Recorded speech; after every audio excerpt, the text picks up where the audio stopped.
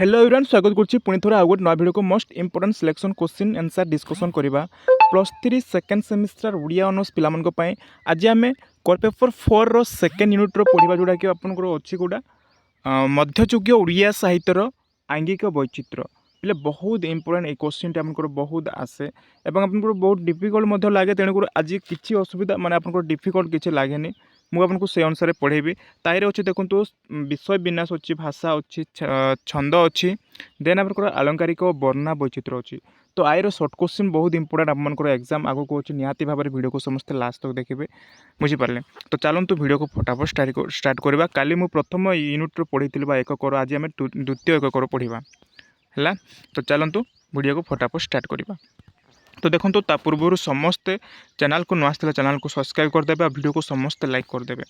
तो क्वेश्चन देखो प्रथम क्वेश्चन हूँ बहुत इंपोर्टेंट कल्पलतार कवि किए कल्पलतार कवि होती अर्जुन दास मन रखिए प्ले। नेक्स्ट परवर्ती प्रश्न देखा भाषा भाषा विलास रचयिता किए भाषा विलास रचयिता होती शिशुंकर दास बा शिशु हाँ शिशुंकर दास है। रामचंद्र बिहार पुराण काव्य रचयिता किए यहाँ आपंकर मागुणी पट्टनायक तो यहाँ एत इंपोर्टाट नुहे मुझे जहाँ भी आपको इंपोर्टाट माने कहूँ ताहा मैंने गोटे नोट डाउन से लिखि दिंतु जहाँफल आमको बहुत हेल्पफुल हो पार। परवर्ती प्रश्न देखा रघुनाथ विलास रचयिता किए बहुत इंपोर्टाट रघुनाथ विलास रचयिता होती धनंजय भंज। परवर्ती प्रश्न देखो जुगल जुगल रसामृत लहरी रचयिता किए एत इंपोर्टाट नुहे टिके देखीदे है। नेक्स्ट देखो विद्या चिंतामणि है विद्या चिंतामणि रचयिता किए क्वेश्चन नंबर 6 देखो यहाँ आपंकर आंसर रहा अभिमन्यु सामंत सिंहार है। नेक्स्ट परवर्ती प्रश्न देखा उपेन्द्र भंजंकर केउ काव्यटी ब आद्य अक्षर निमंते रचित बहुत इंपोर्टेंट देखो वैधैश्य विलास जोटा कि ब आद्य अक्षर निमंते रचित ये क्वेश्चन आसे पे तेणु जहाँ भी हमको इंपोर्टेंट कहूँ गोटे नोट डाउन कर लिखि दिंतु क्वेश्चन ग्यारंटी आसे। नेक्स्ट परवर्ती प्रश्न देखो क्वेश्चन नंबर 8 देखिपे छंद शब्दटी केउथि उत्पन्न होती छंद शब्दटी आपंकर छंदम शब्द उत्पत्ति होती बुझीपारे। शब्द बाहर शासन संयम बा श्रृंखलित पद्धति को कौन कहुए ये आपंकर छंद बोली कहुए बुझीपारे। काव्य को प्राणस्पर्शी किए करि थाए ये आपंकर छंद करि थाए है। नेक्स्ट देखो उत्कलीय संगीत कालर प्राचीन रूप किए छंद को आम उत्कलीय कालर प्राचीन रूप बोली कही था। गीत गोविंदर रचयिता किए बहुत इंपोर्टेंट गीत गोविंद किए लिखिं जयदेव लिखिं मन रखिए। नेक्स्ट परवर्ती प्रश्न देखा परवर्ती प्रश्न रही हमको रीति संप्रदायर प्रतिष्ठाता किए बहुत इंपोर्टेंट एक क्वेश्चन टी बुझीपारे जो आम पढ़ुचे रीति जुग तो रीति संप्रदायर प्रतिष्ठाता होती बामन क्वेश्चन बहुत इंपोर्टेंट। परवर्ती प्रश्न देखा जो विशिष्ट रचनावली एक निर्दिष्ट शैलीर मार्ग को नहीं रचित होता है ताहाको कौन कहुए ताहाको आम रीति बोली कही था। रीति क्या कहुए क्वेश्चन जदि आसो ताले जो विशिष्ट रचनावली एक निर्दिष्ट शैलीर मार्ग को नहीं जोटा रचना कर रचित होता है आम रीति बोली कही था। परवर्ती प्रश्न बहुत इंपोर्टेंट रीतिर मूल अर्थ कौन रीतिर मूल अर्थ होती संगठन है संगठन। मस्ट परवर्ती प्रश्न देखो रीतिरात्मा काव्यस्य किए कही यहाँ आपंकर बामन कही रीतिआत्मा काव्यस्य बोली मतरे यहाँ बामन कही। इंग्राजी भाषा रीति केउ शब्द व्यवहार कराए इंग्राजी भाषा रीति तो यहाँ इंग्राजी भाषा रीति केउ शब्द व्यवहार कराए स्टाइल शब्द व्यवहार कराए आम काली पढ़ी है रीति को कौन इंग्राजी स्टाइल बोली कहुए जोटा कि श्रृंगार चेत कवि हो काव्य जात हूँ रसमय जगत किए कहते हैं भोजराज कहते हैं एत इंपोर्टाट नुहे। रीतिजुगर श्रेष्ठ कवि किए रीतिजुगर श्रेष्ठ कवि होती उपेन्द्र भंज मन रखिए उपेन्द्र भंज होती रीतिजुगर श्रेष्ठ कवि। बृहभानु भानुप्रभा तापना यार केउ अलंकार यहाँ जम सर्वजम सर्वजम अलंकार।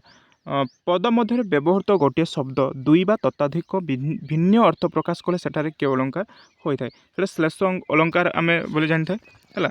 नेक्स्ट परवर्ती प्रश्न देखा उपमेय और उपमान मध्य सादृश्य कथित हेले केउ अलंकार हुए यहाँ देखो उपमा अलंकार हुए उपमा अलंकार केतोटी अंग रही 4टी अंग रही मन रखिए। परवर्ती प्रश्न परी एक कि शब्द परी एक उपमावाचक शब्द है माने तांको परी आम ये कर माने देखा सेम तांको परी ये गोटे उपमावाचक शब्द बोले कही था। शब्द ଅଖଣ୍ଡିତ ରହି ଏକାଧିକ ଅର୍ଥ ପ୍ରକାଶ କଲେ କି ଅଲଙ୍କାର ହୁଏ? এটা ଆମର ଅଭଙ୍ଗ ଶ୍ଲେଷ ଅଲଙ୍କାର ହୋଇଥାଏ। ଅଭଙ୍ଗ ଶ୍ଲେଷ ଅଲଙ୍କାର। ତ ପିଲା ଦେଖନ୍ତୁ ଏଇଟା ଆପଣଙ୍କର ସର୍ଟ କ୍ୱେଶ୍ଚିନ୍ ଟାଇପ୍ର। ବର୍ତ୍ତମାନ ବହୁତ ଇମ୍ପୋର୍ଟାଣ୍ଟ ଦେଖନ୍ତୁ ଗୋଟିଏ ବାକ୍ୟରେ ଉତ୍ତର ଦିଅ ଆପଣଙ୍କର କ୍ୱେଶ୍ଚିନ୍ ଆସିବ। ତ ଦେଖିବା ମଧ୍ୟଯୁଗୀୟ କାବ୍ୟର ଆଙ୍ଗିକ ବୈଚିତ୍ର୍ୟର ଉପାଦାନ କ'ଣ? ଯେଉଁ ଆମେ ମଧ୍ୟଯୁଗର କାବ୍ୟର ଆଙ୍ଗିକ ବୈଚିତ୍ର୍ୟ ଆମେ ପଢ଼ୁଛେ ତ ତାର ଉପାଦାନଟା କ'ଣ ଦେଖନ୍ତୁ ତାଙ୍କର ଆଙ୍ଗିକ ବୈଚିତ୍ର୍ୟ ପ୍ରଧାନ ଉପାଦାନ ହେଉଛି ବିଷୟ ଚରିତ୍ର ଭାଷା ଛନ୍ଦ ଆଲଙ୍କାରିକ। ତ ଆମେ ତାର ଉପାଦାନ ବୋଲି କହିଥାଉ। ମଧ୍ୟଯୁଗ କାବ୍ୟର ବିଷୟବସ୍ତୁ କିପରି ହେବା ଉଚିତ ବା କିପରି? ତ ଦେଖନ୍ତୁ ମଧ୍ୟଯୁଗ କାବ୍ୟର ବିଷୟବସ୍ତୁ ଦୁଇ ପ୍ରକାର ଯଥା କାଳ୍ପନିକ ଓ ପୌରାଣିକ। କାଳ୍ପନିକ ଏବଂ ପୌରାଣିକ ହେଲା।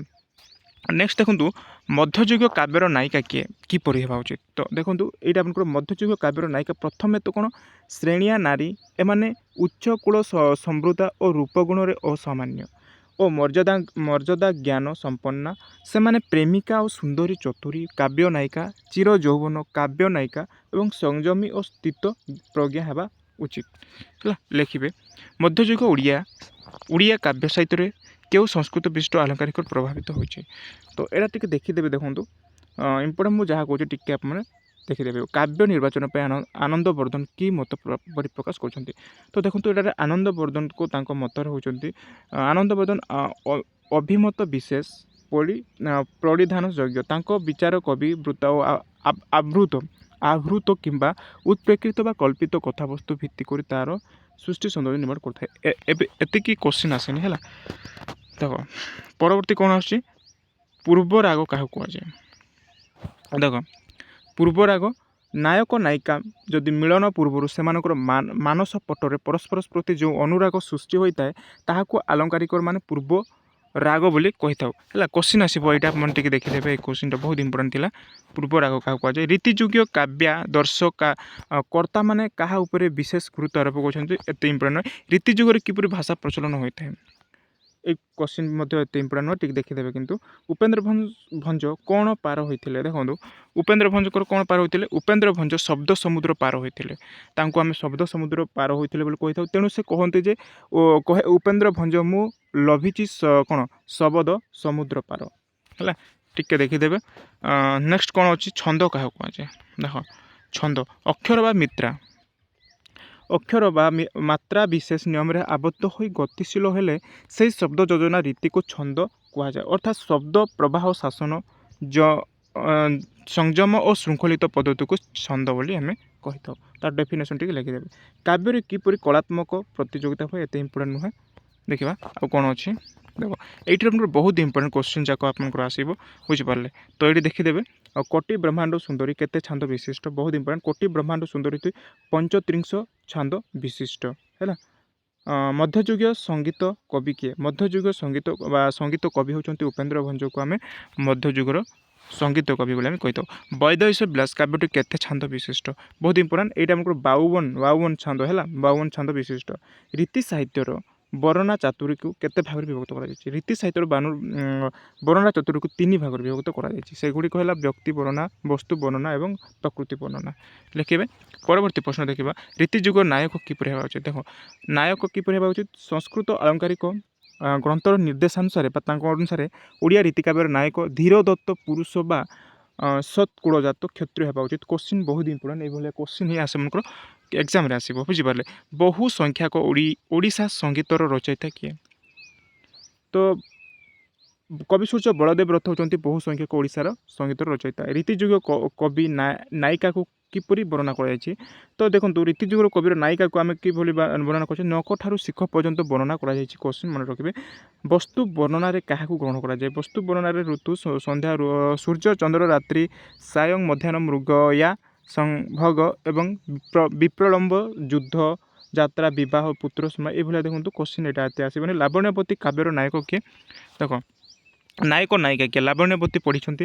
ତ ଏହାର ଲାବଣ୍ୟବତୀ କାବ୍ୟର ନାୟିକା ହେଉଛନ୍ତି ଚନ୍ଦ୍ରଭାନୁ ହେଲା। ନାୟକ କିଏ? ଚନ୍ଦ୍ରଭାନୁ। ନାୟିକା ହେଉଛନ୍ତି ଲାବଣ୍ୟବତୀ ବୁଝିପାରିଲେ। ନେକ୍ସଟ ଦେଖନ୍ତୁ ଛନ୍ଦ କେତେ ପ୍ରକାର? ଛନ୍ଦ ମୁଖ୍ୟତଃ 2 ପ୍ରକାର ଯଥା ମାତ୍ରିକ ଛନ୍ଦ ଓ କ'ଣ ବାର୍ଣ୍ଣିକ ଛନ୍ଦ ବୁଝିପାରିଲେ। ମାତ୍ରିକ ଛନ୍ଦ ବାର୍ଣ୍ଣିକ ଛନ୍ଦ ମାନେ ଛନ୍ଦ ମନେ ରଖିବେ।